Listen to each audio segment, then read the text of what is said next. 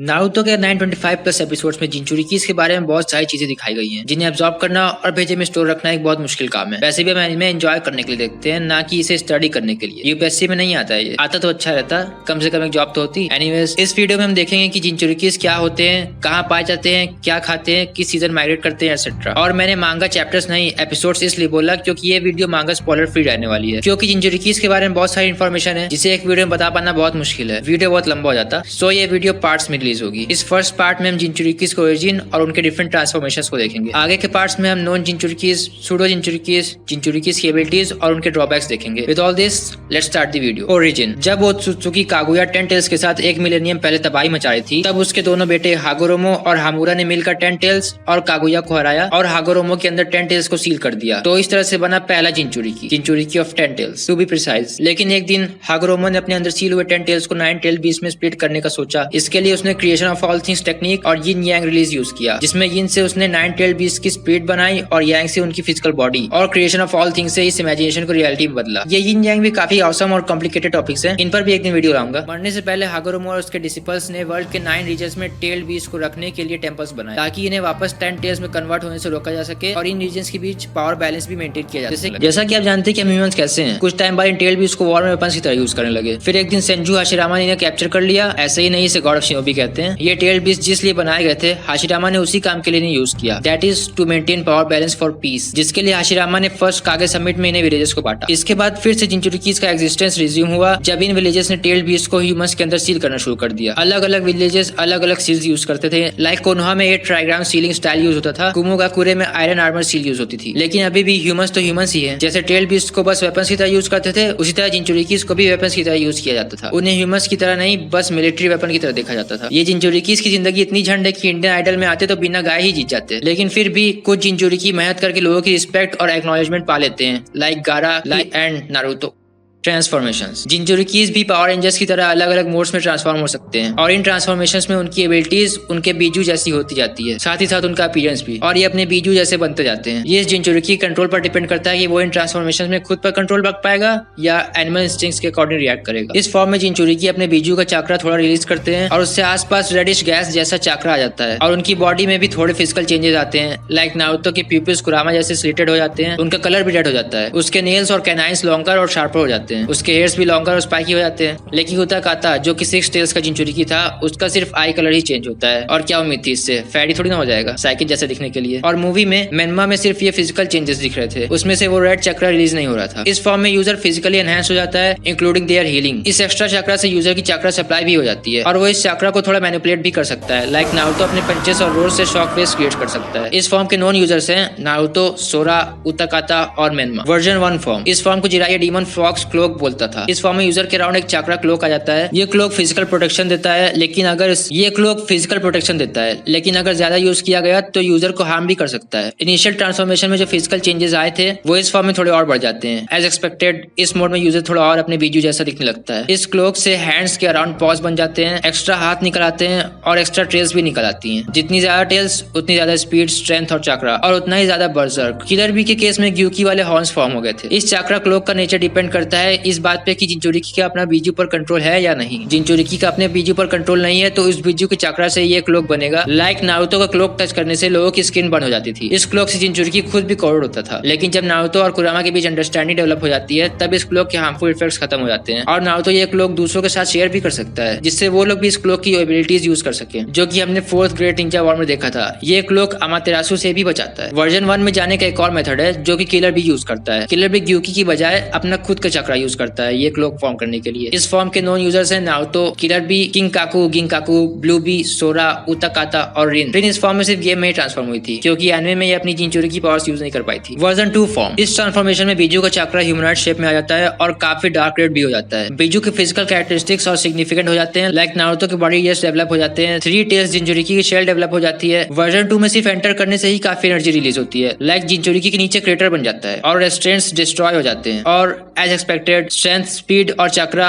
और इंक्रीज हो जाता है। इस फॉर्म में जिंचुरिकी बीजू के चक्रा बोन्स भी बना देता है जो कि किसी काम के नहीं रहते, वो बस दिखाने के लिए कि जिंचुरिकी और भी ज्यादा बीजू जैसा बनता जा रहा है। अब बात है इस ट्रांसफॉर्मेशन को ट्रिगर करने की, तो मोस्ट जिंचुरिकी रेज की वजह से वर्जन 2 में एंटर करते हैं, लेकिन कुछ जिंचुरिकी अपनी मर्जी से इस स्टेट में जाते हैं और अपनी पर्सनैलिटी भी मेंटेन रखते हैं। लाइक ब्लू बी, वो अपनी मर्जी से वर्जन 2 स्टेट में जा सकता है। इस फॉर्म में अगर जिंचुरिकी अपनी पर्सनैलिटी मेंटेन नहीं रखता है तो उसकी बॉडी पर इस वर्जन का पूरा इफेक्ट पड़ता है। लाइक इसकी कॉरोसिव प्रॉपर्टीज जिंचुरिकी की स्किन को पूरा करोड कर देती हैं, जैसा कि नारुतो के केस में था। लेकिन कुरामा का जिंचुरिकी होने की वजह से वो हील भी हो रहा था, बट उसकी सेल्स को बार बार डिस्ट्रक्ट और क्रिएट होने की वजह से उसकी लाइफ स्पैन कम हो रही थी। इस वर्जन के काफी सारे यूजर्स हमने एनिमे में देखे। 7 तो फोर्थ ग्रेट निंजा वॉर में दिखे थे, उताकाता, काताची यागुरा, हान, फू, रोशी, युगितोनी और गिंकाकू। गिंकाकू की तरह किंकाकू भी वर्जन 2 यूज कर सकता था और नारुतो को हमने इस वर्जन में देखा ही है। साथ ही साथ किलर भी, ब्लू बी और सोरा ने भी इस वर्जन को यूज किया था। शिपुदेन के 17th आर्क जो कि 4th ग्रेट निंजा वॉर में फिलर था, इसमें काबूतो ने एक 9-tailed नारुतो क्लोन बनाया था, वो भी वर्जन 2 में था। पार्शियल ट्रांसफॉर्मेशंस, ये फॉर्म काफी स्टेबल होता है मोस्टली। इस फॉर्म में जिंचुरिकीज अपने बीजू के ओरिजिनल बॉडी पार्ट्स फॉर्म कर सकते हैं, अनलाइक रेड चक्रा से बने हुए बॉडी पार्ट्स। लाइक रीएनिमेटेड जिंचुरिकीज ने अपने बीजू की एक टेल मैनिफेस्ट कर ली थी। फू जब जिंदा थी तब वो चोमे की 2 टेल्स को मैनिफेस्ट कर लेती थी और उन्हें उड़ने के लिए यूज करती थी। इसी तरह रोशी ने भी किसामे के अगेंस्ट वाली फाइट में सोंगोकू की एक टेल मैनिफेस्ट की थी। किलर भी ने तो ग्यूकी से दोस्ती ही कर रखी थी, सो वो इजिली ग्यूकी के कुछ टेंटिकल्स मैनिफेस्ट करके फाइट्स में यूज करता था। On the other hand Naruto का कुरामा पर जरा भी कंट्रोल नहीं था, लेकिन नारुतो पेन के चिबाको तेंसेई से निकलने के लिए इस ट्रांसफॉर्मेशन में गया था, वो भी रेज की वजह से। नारुतो इस ट्रांसफॉर्मेशन में लगभग कुरामा के ओरिजिनल फॉर्म में ट्रांसफॉर्म हो गया था। कमी थी तो बस स्किन,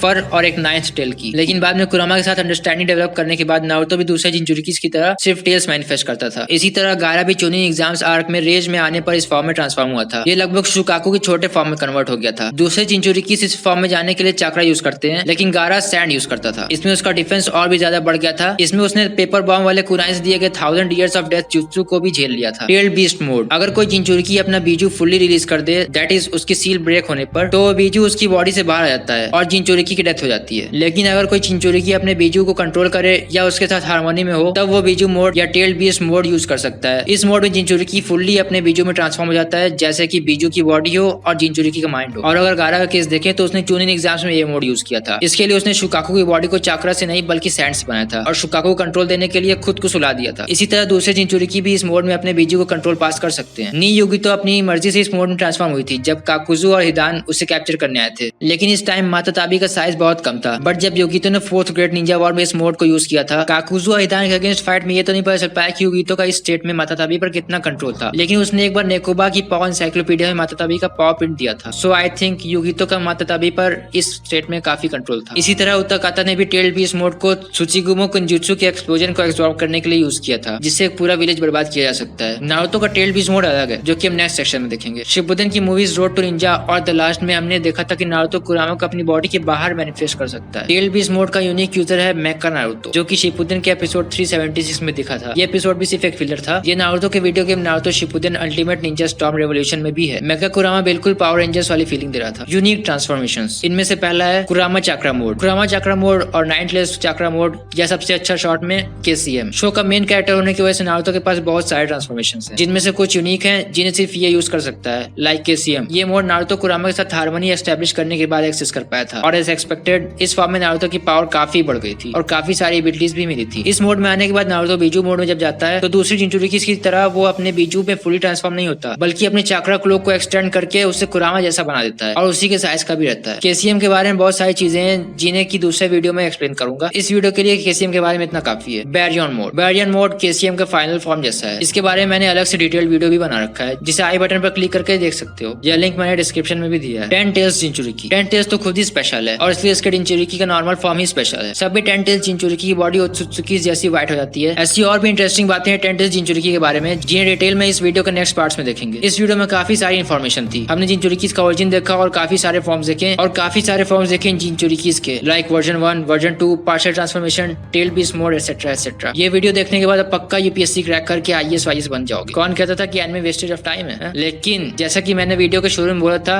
अभी जिंचुरिकीज के बारे में और भी बहुत कुछ जानना बचा है, जो कि इस वीडियो में नहीं हट पाया, लाइक सूडो जिंचुरिकीज, सब नॉन जिंचुरिकीज, उनकी एबिलिटीज, उनके ड्रॉबैक्स और भी चीजें हैं। इन्हें हम वीडियो के नेक्स्ट पार्ट्स में देखेंगे। तब तक के लिए हमेशा की तरह वीडियो को लाइक करो, चैनल को सब्सक्राइब करो, अच्छी लगी हो तो अपने दोस्तों के साथ भी शेयर करो ताकि वो भी यूपीएससी क्रैक कर सके। और कुछ कमेंट्स है मन में तो उन्हें कमेंट सेक्शन में निकाल दो, मन में मत रखो। और इस तरह की वीडियो अच्छी लगती है तो हमारी नारुतो प्लेलिस्ट चेकआउट करना और हमारी एनिमे प्लेलिस्ट प्लीज भी चेकआउट करना। बेल आइकन पर क्लिक करो ताकि इस वीडियो को नेक्स्ट पार्ट रिलीज होने पर नोटिफिकेशन मिल सके। तब तक के लिए बाय।